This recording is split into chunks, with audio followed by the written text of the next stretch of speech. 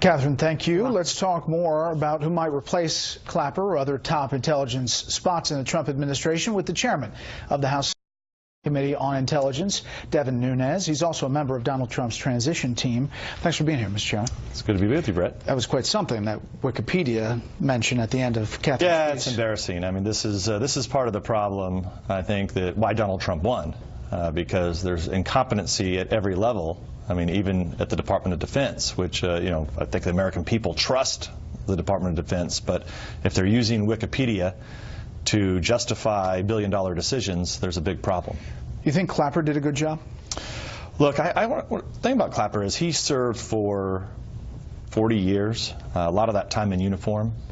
I think his problem has been the last few years because the administration, it's really who he serves, I think, which caused him the most problems because they put him in almost impossible positions trying to defend an administration that had a policy that was lead from behind.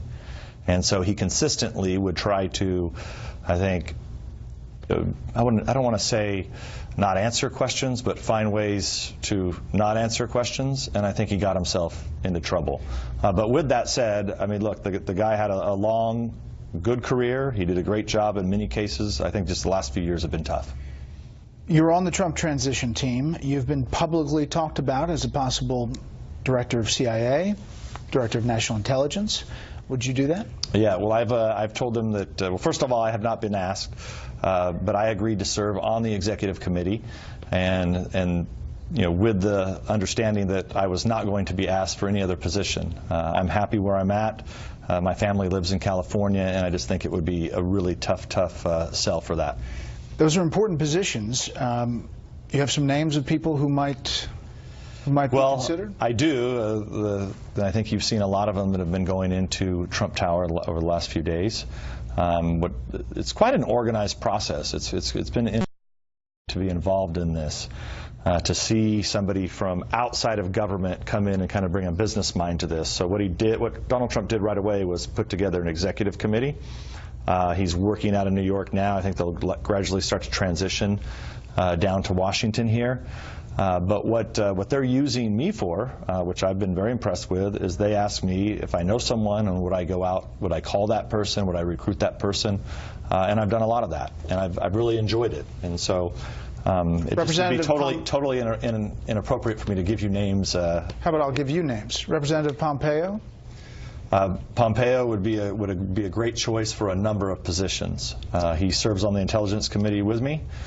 He's a West Point graduate, and I think he would do a fine job for this nation. Pete Hoekstra?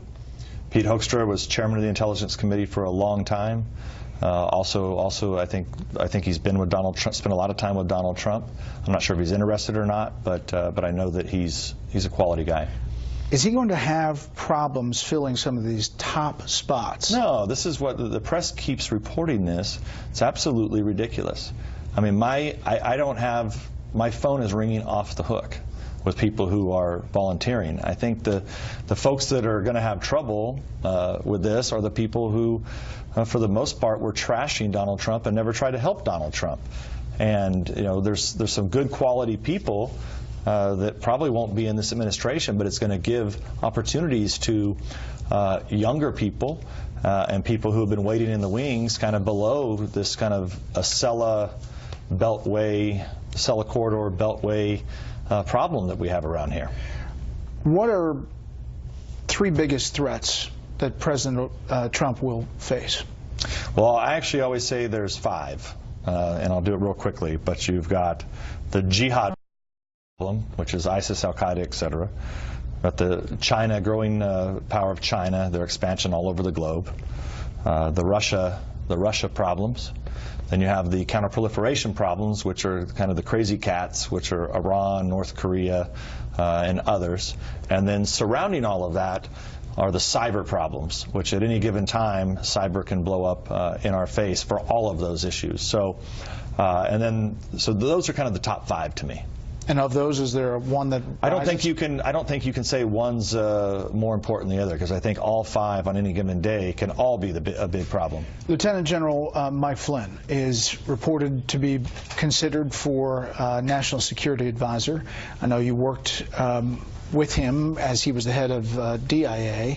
Mm-hmm. Your thoughts about that possible appointment? It hasn't happened yet, but we're getting indications that it may. He's one of the best leaders in the military and military intelligence that I've ever worked with. I first met him when he was in Iraq, head of intelligence for JSOC there, which was one of the, probably in our history of military and warfare, was the largest killing machine ever assembled, that helped us to win the war in Iraq, to bring Al-Qaeda to its knees.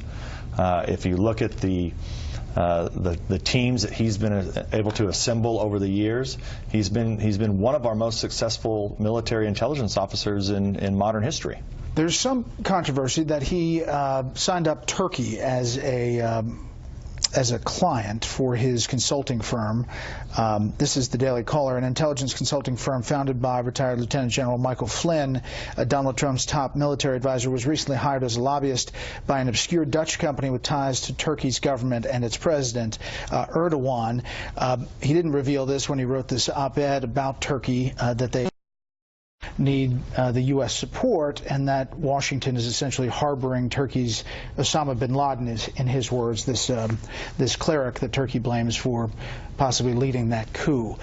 Concerns about that? Obviously, his appointment as NSA wouldn't be